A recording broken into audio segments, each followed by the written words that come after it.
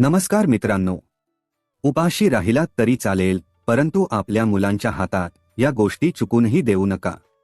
तुमच्या मुलांना चुकूनही या 3 सवयी शिकवू नका, नाहीतर तुम्हालाच पश्चात्ताप करावा लागेल. त्यासाठी तुम्ही ही कथा ऐकलीच पाहिजे. नमस्कार मित्रांनो, तर आजची प्रेरणादायी कहाणी सुरू करूयात. प्रिय प्रेक्षकांनो, जर तुम्हाला म्हातारपणात मुलांच्या क्रूरतेचा सामना करायचा असेल तर तुमच्या मुलांना या तिघांवर सोडा. असे झाल्यास मनात हा प्रश्न येतो की जर तुम्हाला असे दिवस पाहावे लागले तर मुलांशिवाय जगणे कधीही चांगले. कधी कधी मुलगा आणि सुना त्यांच्या पालकांना भीक मागण्यास, त्यांचा अपमान करण्यास किंवा त्यांच्यावर हात उचलण्यास भाग पाडतात. हे सर्व पाहून मनात असा विचार येतो की यासाठीच पालक आपल्या मुलांना वाढवतात का? परंतु अनेकदा पालक स्वतःच अशा परिस्थितीसाठी जबाबदार असतात. मुले अशी जन्माला येत नाहीत, ती अशी बनवली जातात.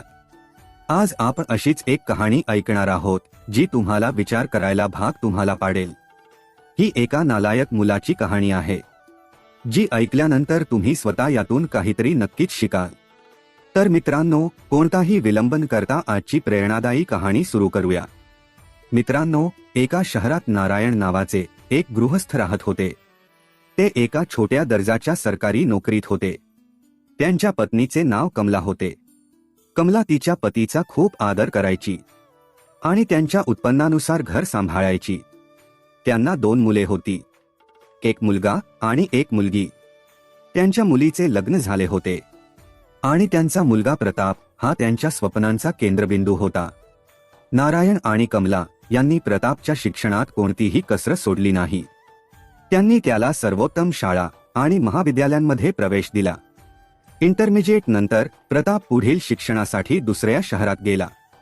त्याने तिथे खूप कष्ट केले आणि शेवटी त्याला चांगली नोकरी मिळाली. त्या काळात त्याची भेट एका श्रीमंत कुटुंबातील मुलगी गौरीशी झाली आणि त्यांची चांगली घट्ट अशी मैत्री झाली. एके दिवशी प्रताप गौरीला घरी घेऊन आला आणि त्याच्या आई वडिलांना सांगितले की तो तिच्याशी लग्न करू इच्छितो.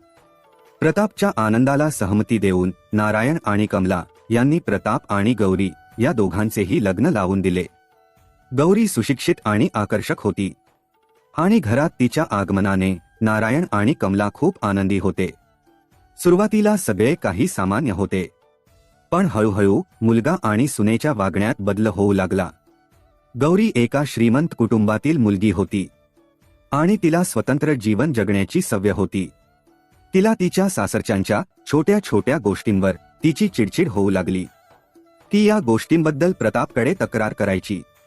प्रताप तिला समजावून सांगत असे की थोडे सहन कर आणि आई आणि वडिलांशी जर तू चांगली वागलीस तर या सर्व मालमत्तेची मालकी सर्व आपल्या नावावर होईल. त्यानंतर तुला जे हवे तेच होईल. प्रतापच्या या विचारसरणीमुळे गौरी तिच्या सासरच्यांनी सांगितलेल्या सर्व गोष्टी ऐकायची. ती बाहेरून तर त्यांच्याशी सहमत असायची, म्हणजेच त्यांच्या समोर ती अगदी आनंदी राहायची, पण तिच्या मनात त्यांच्याबद्दल असंतोष वाढतच गेला. हळूहळू या नात्यात प्रेम आणि आदर कमी होऊ लागला. एके दिवशी अचानक नारायणजी गंभीर आजारी पडले. त्यांना रक्ताच्या उलट्या होऊ लागल्या. त्यामुळे कमला त्यांना ताबडतोब रुग्णालयात घेऊन गेल्या. डॉक्टरांनी सांगितले की त्यांचा जीव वाचवण्यासाठी तुम्हाला खूप पैशांची व्यवस्था करावी लागेल. त्रासलेल्या कमलाजी त्यांच्या मुलाला म्हणाल्या, बेटा, तुझ्या वडिलांनी जे काही पैसे वाचवले होते ते त्यांच्या आजारासाठी पुरेसे नाही आहेत. तू कोणत्याही प्रकारे पैशांची व्यवस्था कर. पैशाचे नाव ऐकून प्रताप म्हणाला, आई, मी इतक्या लवकर एवढ्या मोठ्या पैशांची व्यवस्था कुठून करू? मी माझ्या नवीन ऑफिससाठी जागा पाहिली आहे आणि त्यासाठी खूप पैसे लागणार आहेत. अचानक इतक्या मोठ्या रकमेची व्यवस्था करणे माझ्या क्षमतेबाहेर आहे. आईने समजावून सांगितले, बेटा, तुझ्या वडिलांना बरे करणे ही आपली जबाबदारी आहे. तू तुझ्या मित्रांकडून किंवा नातेवाईकांकडून कर्ज घेऊन पैसे जमा करू शकतोस. वडील बरे झाल्यावर आपण त्यांचे पैसे परत करू. प्रताप म्हणाला, आई, मी आधीच सांगत होतो की वडिलांनी त्यांची सर्व मालमत्ता माझ्या नावावर करावी, पण असे दिसते की त्यांना माझ्यावर विश्वास नाही. कमला म्हणाली, बेटा, या गोष्टी करण्याची ही वेळ नाही आहे. आधी तुझ्या वडिलांवर उपचार करायला हवेत. मी तुला वचन देते की ते बरे झाल्यावर मी हे पहिले काम करेन. प्रताप काही वेळाने तिथून निघून गेला आणि नंतर परत आला आणि म्हणाला, आई, काळजी करू नकोस.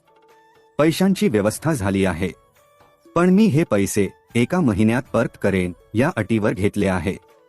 पण जर मी वेळेवर हे पैसे परत केले नाही तर माझी प्रतिष्ठा खराब होईल. आई म्हणाली, बेटा, तुझे वडील बरे झाल्यानंतर आपण कोणत्याही परिस्थितीत त्यांचे पैसे त्यांना देऊयात. आता तू त्यांच्या तब्येतीकडे लक्ष दे. काही वेळाने गौरीने प्रतापला बाजूला घेतले आणि विचारले की तू इतक्या मोठ्या रक्कमेची व्यवस्था कुठून केलीस? प्रतापने गौरीला सांगितले की मी ते पैसे कोणाकडूनही उधार घेतलेले नाही, हे माझे स्वतःचे पैसे आहेत. पण ते वडिलांच्या उपचारावर खर्च करणे आपल्यासाठी फायदेशीर ठरेल. आई हे पैसे कर्ज म्हणून समजेल आणि लवकरच सर्व मालमत्ता आपल्या नावावर करेल. अशा प्रकारे आपल्याला बाबांची संपूर्ण मालमत्ता मिळेल आणि मी माझ्या ऑफिसचा मालकही होईल. गौरीने ही यावर सहमती दर्शवली. नारायणजींवर काही दिवस रुग्णालयात उपचार सुरू राहिले. त्यांची प्रकृती सुधारल्यानंतर कमला त्यांना घरी घेऊन आली. तिला माहित होते की तिच्या मुलाने त्यांच्या उपचारासाठी पैसे उधार घेतले आहे.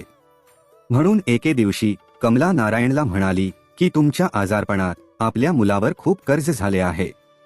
तुम्ही तुमची मालमत्ता त्याच्या नावावर का करत नाही? नारायण म्हणाला, कमला, विचार कर, ही आपली म्हातारपणाची भांडवल आहे. हे सर्व त्याला आत्ताच देऊन आपण स्वतःला असहाय्य करू शकत नाही. आणि जे काही माझे आहे ते पुढे चालून शेवटी फक्त प्रतापचेच होणार आहे. कमलाने पतीला समजावून सांगितले की आज आपल्या मुलाने तुमच्या उपचारासाठी कर्ज घेतले आहे. आपण त्याला मदत केली पाहिजे. उद्या आपल्याला त्याची गरज पडेल, मग तोच आपला आधार होईल. कमलाच्या वारंवार विनंतीवरून नारायणने अखेर त्यांची सर्व मालमत्ता त्याच्या मुलाला हस्तांतरित केली. मालमत्ता मुलाच्या नावावर झाल्यानंतर प्रताप आणि गौरीचे वर्तन झपाट्याने बदलले. एके दिवशी कमला गौरीला म्हणाली, गौरी, तुझ्या वडिलांसाठी लापशी बनवतेस का? गौरी रागाच्या स्वरात म्हणाली, 1 मिनिट थांबा आई, मी कागद आणि पेन आणते. मग तुम्ही एक संपूर्ण यादी बनवा आणि मला सांगा की काय बनवायचे आहे. कमलाने सुनेला विचारले की हे तू काय म्हणत आहेस, मला समजले नाही.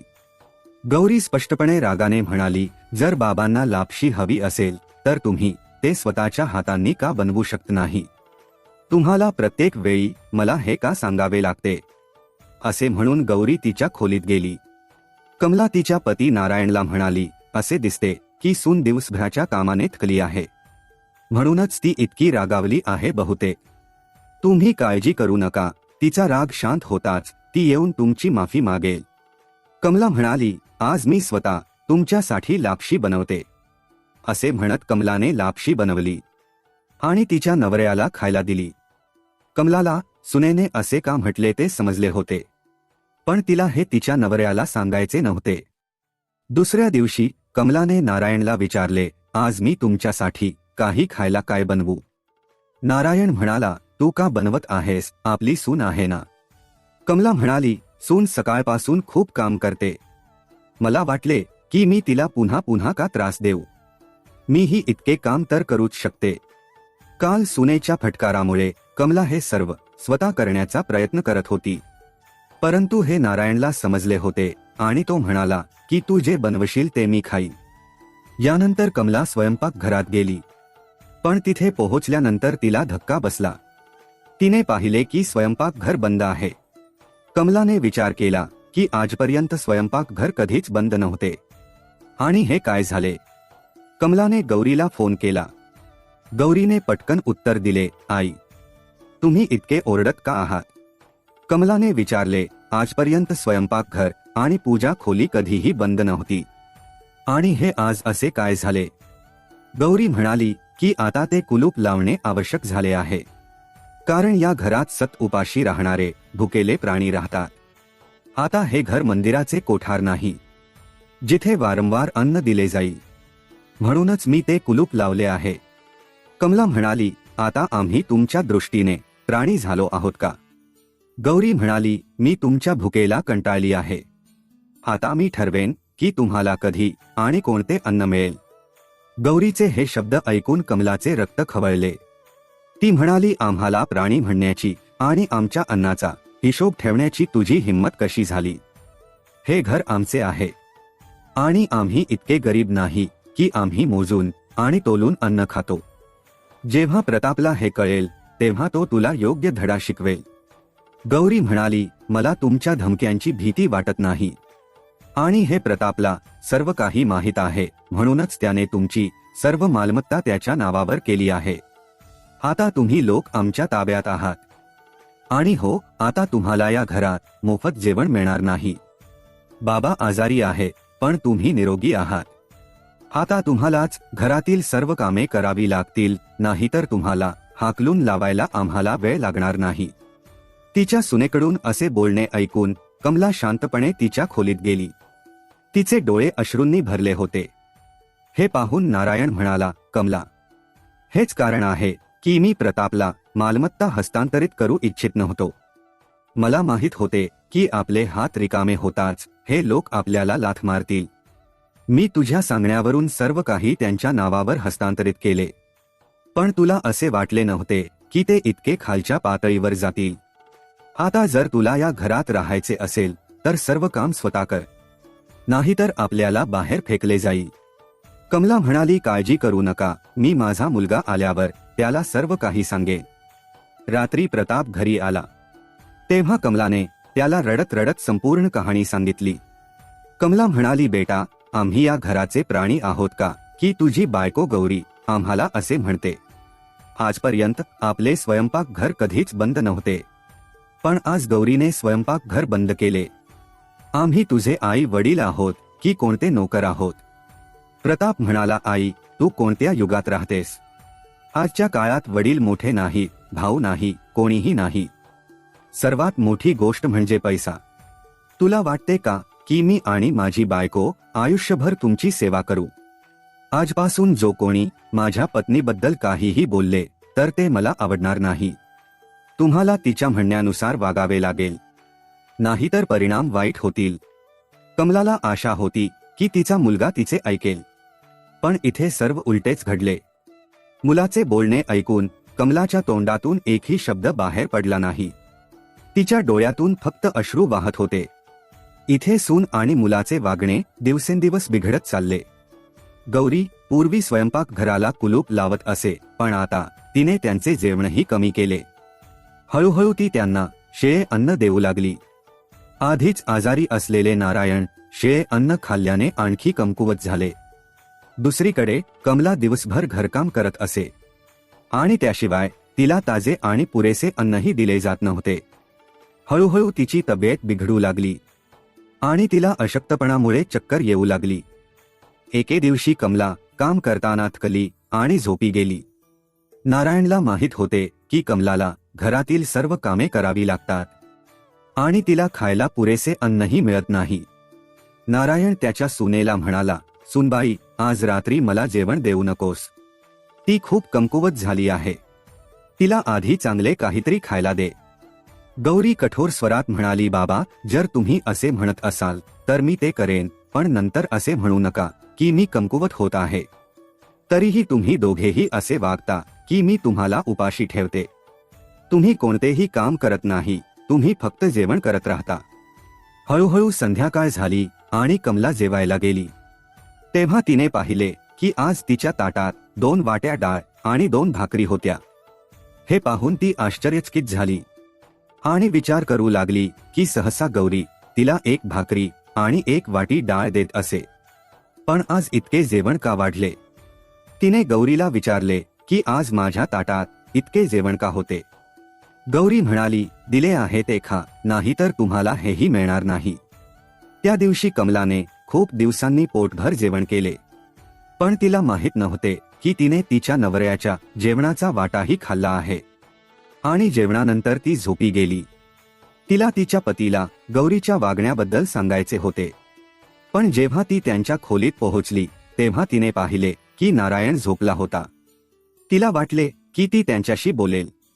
दुसऱ्या दिवशी सकाळी कमला तिच्या पतीच्या खोलीत गेली तेव्हा तिला दिसले की नारायण झोपला होता आणि त्याच्या तोंडातून रक्त वाहत होते. हे पाहून कमला काळजीत पडली. तिने ताबडतोब तिच्या मुलाला कळवले आणि त्याला रुग्णालयात दाखल केले. मुलगा त्याच्या वडिलांना सरकारी रुग्णालयात सोडून परत गेला.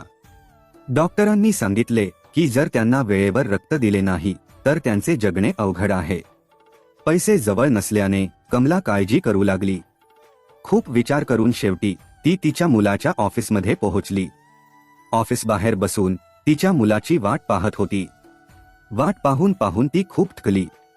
मुलगा आल्यावर आई प्रतापला म्हणाली, प्रताप, आज मी तुझ्या वडिलांचे प्राण वाचवण्यासाठी तुझ्याकडे भीक मागायला आली आहे.